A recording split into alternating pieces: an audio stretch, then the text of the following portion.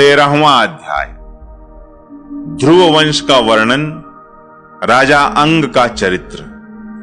श्री सूत जी कहते हैं, शौनक जी, श्री मैत्रेय मुनि के मुख से ध्रुव जी के विष्णु पद पर आरूढ़ होने का वृत्तांत सुनकर विदुर जी के हृदय में भगवान विष्णु की भक्ति का उद्रेक हो आया और उन्होंने फिर मैत्रेय जी से प्रश्न करना आरंभ किया। विदुर जी ने पूछा, भगवत परायण मुने, ये प्रचेता कौन थे? किसके पुत्र थे? किसके वंश में प्रसिद्ध थे और इन्होंने कहां यज्ञ किया था? भगवान के दर्शन से कृतार्थ नारद जी परम भागवत हैं, ऐसा मैं मानता हूं। उन्होंने 5 रात्र का निर्माण करके श्री हरि की पूजा पद्धति रूप क्रिया योग का उपदेश किया है। जिस समय प्रचेतागण स्वधर्म का आचरण करते हुए भगवान यज्ञेश्वर की आराधना कर रहे थे, उसी समय भक्त प्रवर नारद जी ने ध्रुव का गुणगान किया था। ब्रह्मन, उस स्थान पर उन्होंने भगवान की जिन जिन लीला कथाओं का वर्णन किया था, वे सब पूर्ण रूप से मुझे सुनाइए। मुझे उनके सुनने की बड़ी इच्छा है। श्री मैत्रेय जी ने कहा, विदुर जी, महाराज ध्रुव के वन चले जाने पर उनके पुत्र उत्कल ने अपने पिता के सार्वभौम वैभव और राज्य सिंहासन को अस्वीकार कर दिया। वह जन्म से ही शांत चित्त, आसक्ति शून्य और समदर्शी था तथा संपूर्ण लोकों को अपनी आत्मा में और अपनी आत्मा को संपूर्ण लोकों में स्थित देखता था। उसके अंतःकरण का वासना रूप मल अखंड योगाग्नि से भस्म हो गया था। इसलिए वह अपनी आत्मा को विशुद्ध बोध रस के साथ अभिन्न, आनंदमय और सर्वत्र व्याप्त देखता था। सब प्रकार के भेद से रहित प्रशांत ब्रह्म को ही वह अपना स्वरूप समझता था तथा अपनी आत्मा से भिन्न कुछ भी नहीं देखता था। वह अज्ञानियों को रास्ते आदि साधारण स्थानों में बिना लपट की आग के समान मूर्ख, अंधा, बहरा, पागल अथवा गूंगा सा प्रतीत होता था। वास्तव में ऐसा था नहीं। इसलिए कुल के बड़े बूढ़े तथा मंत्रियों ने उसे मूर्ख और पागल समझकर उसके छोटे भाई भ्रमिपुत्र वत्सर को राजा बनाया। वत्सर की प्रेयसी भार्या स्वरवीथि के गर्भ से पुष्पार्ण, तिग्मकेतु, इश, ऊर्ज, वसु और जय नाम के 6 पुत्र पैदा हुए। पुष्पार्ण के प्रभा और दोषा नाम की 2 स्त्रियां थीं। उनमें से प्रभा के प्रातः, मध्यम दिन और सायं ये 3 पुत्र हुए। दोषा के प्रदोष, निशीथ और व्युष्ट ये 3 पुत्र हुए। व्युष्ट ने अपनी भार्या पुष्करणी से सर्वतेजा नाम का पुत्र उत्पन्न किया। उसकी पत्नी आकूति से चक्षुः नामक पुत्र हुआ। चाक्षुष मनवंतर में वही मनु हुआ। चक्षु मनु की स्त्री नड्वला से पुरु, कुत्स, त्रित, द्युम्न, सत्यवान, ऋत, व्रत, अग्निष्टोम, अतिरात्र, प्रद्युम्न, शिबी और उल्मुख ये 12 सत्वगुणी बालक उत्पन्न हुए। इनमें उल्मुख ने अपनी पत्नी पुष्करणी से अंग, सुमना, ख्याति, क्रतु, अंगिरा और गय ये 6 उत्तम पुत्र उत्पन्न किए। अंग की पत्नी सुनीता ने क्रूर कर्मा वेन को जन्म दिया, जिसकी दुष्टता से उद्विग्न होकर राजर्षि अंग नगर छोड़कर चले गए थे। प्यारे विदुर जी, मुनियों के वाक्य वज्र के समान अमोघ होते हैं। उन्होंने कुपित होकर वेन को शाप दिया और जब वह मर गया तब कोई राजा न रहने के कारण लोक में लुटेरों के द्वारा प्रजा को बहुत कष्ट होने लगा। यह देखकर उन्होंने वेन की दाहिनी भुजा का मंथन किया, जिससे भगवान विष्णु के अंशावतार आदि सम्राट महाराज पृथु प्रकट हुए। विदुर जी ने पूछा, ब्रह्मन, महाराज अंग तो बड़े शील संपन्न, साधु स्वभाव, ब्राह्मण भक्त और महात्मा थे।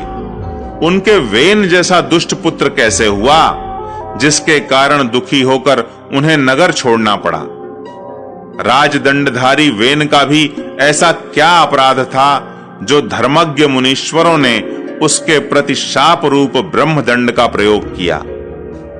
प्रजा का कर्तव्य है कि वह प्रजापालक राजा से कोई पाप बन जाए तो भी उसका तिरस्कार न करे, क्योंकि वह अपने प्रभाव से 8 लोकपालों के तेज को धारण करता है।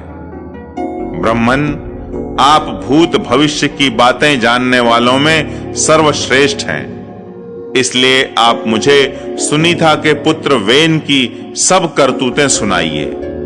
मैं आपका श्रद्धालु भक्त हूं। श्री मैत्रेय जी ने कहा, विदुर जी, एक बार राजर्षि अंग ने अश्वमेध महायज्ञ का अनुष्ठान किया। उसमें वेदवादी ब्राह्मणों के आवाहन करने पर भी देवता लोग अपना भाग लेने नहीं आए। तब ऋत्विजों ने विस्मित होकर यजमान अंग से कहा, राजन, हम आहुतियों के रूप में आपका जो घृत आदि पदार्थ हवन कर रहे हैं उसे देवता लोग स्वीकार नहीं करते। हम जानते हैं आपकी होम सामग्री दूषित नहीं है, आपने उसे बड़ी श्रद्धा से जुटाया है तथा वेद मंत्र भी किसी प्रकार बलहीन नहीं है, क्योंकि उनका प्रयोग करने वाले ऋत्विजगण याजकोचित सभी नियमों का पूर्णतया पालन करते हैं। हमें ऐसी कोई बात नहीं दिखती कि इस यज्ञ में देवताओं का किंचित भी तिरस्कार हुआ है। फिर भी कर्माध्यक्ष देवता लोग क्यों अपना भाग नहीं ले रहे हैं? श्री मैत्रेय जी कहते हैं, ऋत्विजों की बात सुनकर यजमान अंग बहुत उदास हुए। तब उन्होंने याजकों की अनुमति से मौन तोड़कर सदस्यों से पूछा, सदस्यों, देवता लोग आवाहन करने पर भी यज्ञ में नहीं आ रहे हैं और न सोमपात्र ही ग्रहण करते हैं। आप बतलाइए, मुझसे ऐसा क्या अपराध हुआ है? सदस्यों ने कहा, राजन, इस जन्म में तो आपसे तनिक भी अपराध नहीं हुआ। हां, पूर्व जन्म का एक अपराध अवश्य है, जिसके कारण आप ऐसे सर्वगुण संपन्न होने पर भी पुत्रहीन हैं। आपका कल्याण हो, इसलिए पहले आप सुपुत्र प्राप्त करने का कोई उपाय कीजिए। यदि आप पुत्र की कामना से यज्ञ करेंगे तो भगवान यज्ञेश्वर आपको अवश्य पुत्र प्रदान करेंगे। जब संतान के लिए साक्षात यज्ञ पुरुष श्री हरि का आवाहन किया जाएगा, तब देवता लोग स्वयं ही अपना अपना यज्ञ भाग ग्रहण करेंगे। भक्त जिस जिस वस्तु की इच्छा करता है, श्री हरि उसे वही वही पदार्थ देते हैं। उनकी जिस प्रकार आराधना की जाती है, उसी प्रकार उपासक को फल भी मिलता है। इस प्रकार राजा अंग को पुत्र प्राप्ति कराने का निश्चय कर ऋत्विजों ने पशु में यज्ञ रूप से रहने वाले श्री विष्णु भगवान के पूजन के लिए पुरोडाश नामक चरु समर्पण किया। अग्नि में आहुति डालते ही अग्निकुंड से सोने के हार और शुभ्र वस्त्रों से विभूषित एक पुरुष प्रकट हुए। वे एक स्वर्ण पात्र में सिद्ध खीर लिए हुए थे। उदार बुद्धि राजा अंग ने याजकों की अनुमति से अपनी अंजलि में वह खीर ले ली और उसे स्वयं सूंघकर प्रसन्नता पूर्वक अपनी पत्नी को दे दिया। पुत्रहीना रानी ने वह पुत्र प्रदायिनी खीर खाकर अपने पति के सहवास से गर्भ धारण किया। उससे यथा समय उसके एक पुत्र हुआ। वह बालक बाल्यावस्था से ही अधर्म के वंश में उत्पन्न हुए अपने नाना मृत्यु का अनुगामी था।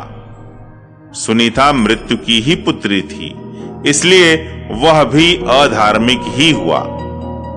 वह दुष्ट बालक धनुष बाण चढ़ाकर वन में जाता और व्याध के समान बेचारे भोले भाले हरिणों की हत्या करता। उसे देखते ही पुरवासी लोग वेन आया कहकर पुकार उठते। वह ऐसा क्रूर और निर्दयी था कि मैदान में खेलते हुए अपनी बराबरी के बालकों को पशुओं की भांति बलात्कार से मार डालता। वेन की ऐसी दुष्ट प्रकृति देखकर महाराज अंग ने उसे तरह तरह से सुधारने की चेष्टा की, परंतु वे उसे सुमार्ग पर लाने में समर्थ न हुए। इससे उन्हें बड़ा ही दुख हुआ। वे मन ही मन कहने लगे, जिन गृहस्थों के पुत्र नहीं हैं, उन्होंने अवश्य ही पूर्व जन्म में श्री हरि की आराधना की होगी। इसी से उन्हें कुपूत की करतूतों से होने वाले असह्य क्लेश नहीं सहने पड़ते। जिसकी करनी से माता पिता का सारा सुयश मिट्टी में मिल जाए, उन्हें अधर्म का भागी होना पड़े, सबसे विरोध हो जाए, कभी न छूटने वाली चिंता मोल लेनी पड़े और घर भी दुखदाई हो जाए, ऐसी नाम मात्र की संतान के लिए कौन समझदार पुरुष ललचावेगा। वह तो आत्मा के लिए एक प्रकार का मोहमय बंधन ही है। मैं तो सपूत की अपेक्षा कुपूत को ही अच्छा समझता हूं, क्योंकि सपूत को छोड़ने में बड़ा क्लेश होता है। कुपूत घर को नरक बना देता है, इसलिए उससे सहज ही छुटकारा हो जाता है। इस प्रकार सोचते सोचते महाराज अंग को रात में नींद नहीं आई। उनका चित्त गृहस्थी से विरक्त हो गया। वे आधी रात के समय बिछौने से उठे। इस समय वेन की माता नींद में बेसुध पड़ी थी। राजा ने सबका मोह छोड़ दिया और उसी समय किसी को भी मालूम न हो, इस प्रकार चुपचाप उस महान ऐश्वर्य से भरे राजमहल से निकलकर वन को चल दिए। महाराज विरक्त होकर घर से निकल गए हैं, यह जानकर सभी प्रजाजन, पुरोहित, मंत्री और सुहृदगण आदि अत्यंत शोकाकुल होकर पृथ्वी पर उनकी खोज करने लगे। ठीक वैसे ही जैसे योग का यथार्थ रहस्य न जानने वाले पुरुष अपने हृदय में छिपे हुए भगवान को बाहर खोजते हैं। जब उन्हें अपने स्वामी का कहीं पता न लगा, तब वे निराश होकर नगर में लौट आए और वहां जो मुनिजन एकत्रित हुए थे, उन्हें यथावत प्रणाम करके उन्होंने आंखों में आंसू भरकर महाराज के न मिलने का वृत्तांत सुनाया।